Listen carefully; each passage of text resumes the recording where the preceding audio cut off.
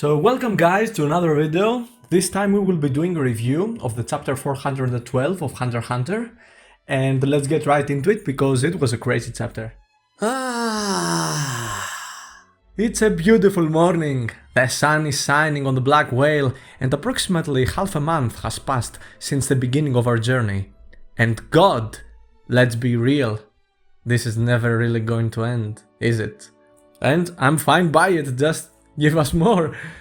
So we're finally presented with exact timeline. It is 5 hours before the enforcement of martial law as Kurapika reveals to everyone attending his classes that Prince Woble is not participating in the succession war. It is important to mention that Kurapika gives them 10 hours to reconcile with the new information and present it to their princes. Keep in mind that in 5 hours from now, martial law will be enacted and everyone who will be in that room at that time will be staying until martial law is aborted. I predict this will be the point where everything will go out of control in room 1014 and silent majority user will get exposed.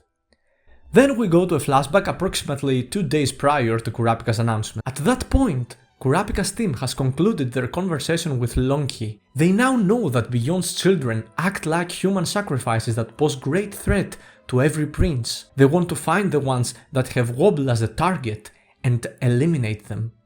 Queen Oito is surprised. She then asks Kurapika to use dowsing chain on her in order to clear herself of any relation to Beyond, but he refuses.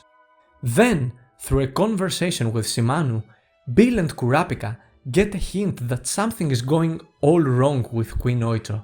So they go back to check on her, and the interrogation begins. Queen Oito ensures us she's a woman, because you never know with Togashi, and she also says that she's a mother of an only child named Woble, as we already know. But when Kurapika asks her whether the child he held in his arms during the first meeting at the hotel is the same one he's looking at now, she answers prematurely and gives away the answer. This is not the same child Kurapika held at the first meeting. Prince Woble is not in the ship right now. This is crazy, this is a crazy reveal! But let's get right into it because this could be a lot more interesting than that. So Oito is sweating excessively and we can see some dark aura in the back? I don't know, is it just my imagination? Kurapika and Bill cosplaying as Hisoka?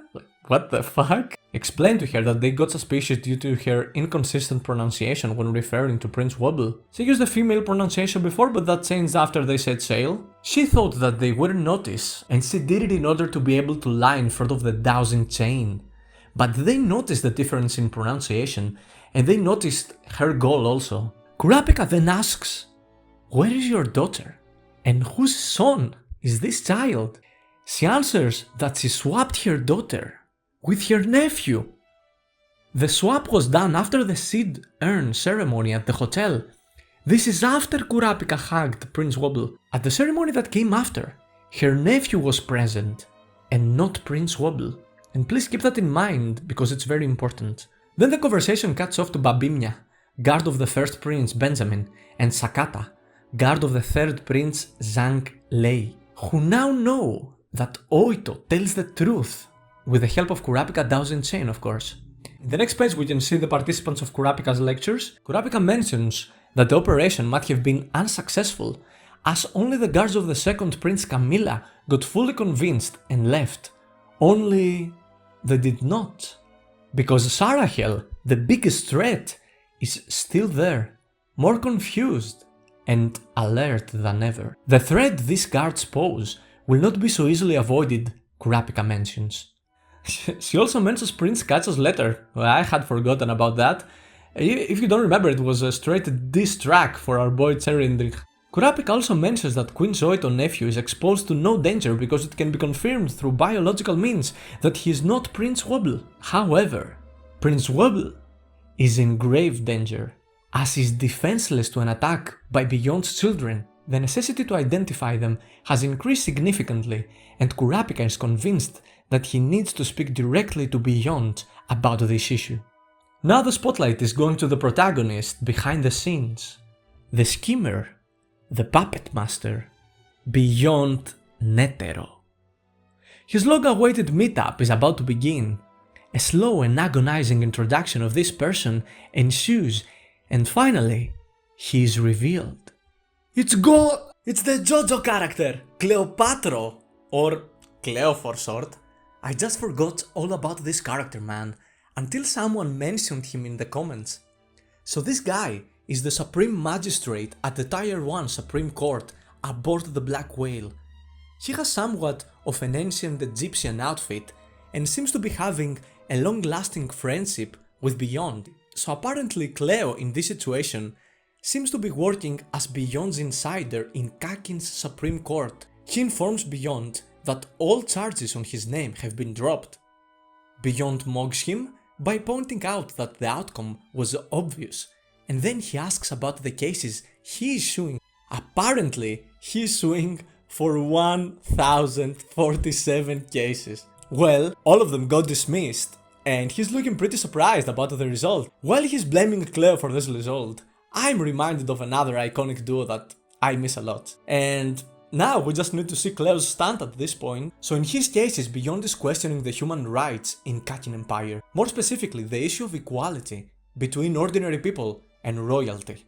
However, King Nasubi was one step ahead. He actually outsmarted Beyond on this one. He was the first to propose that royalty and common citizens should be equal in the eyes of the law. However, Beyond is clearly not satisfied. He wants the royal status to be abolished altogether. He wants people and royals to be seen as citizens altogether, while Nasubi wants to keep the distinction. And since Nasubi is the one who moved first, and he controls most of Kakin's empire court strength, his proposal will get accepted. So when Nasubi's proposal takes effect, royals will be held accountable for every crime in the future. But Cleo implies that they should be able to hide the crimes or avoid them altogether. He's also extremely worried about the fact that if the royal family is legally treated like ordinary citizens, people may lose the special fear or mystique associated with the monarchy, and they will grow more attached to them. As a result, revolutions will be significantly more difficult to happen, and we can see that Beyond is plotting such a revolution. Lastly, Cleo gives Beyond all the paperwork as he starts reading them at an outstanding speed. He tries to find some holes that he can exploit, and he mocks Cleo again for the perfect ending to an amazing chapter. Yet things are getting more complicated than ever, and in this chapter I have my doubts about the context. I don't think that everything that we learn in this chapter is true. I will be posting a theory later this day about what I really think. In short, I don't believe that Woble is not participating in the succession war, and I believe that Woble is actually the baby of Oito, the baby that Oito is holding right now. I will explain why in this video. Until then, you guys have a wonderful time and thanks for watching again.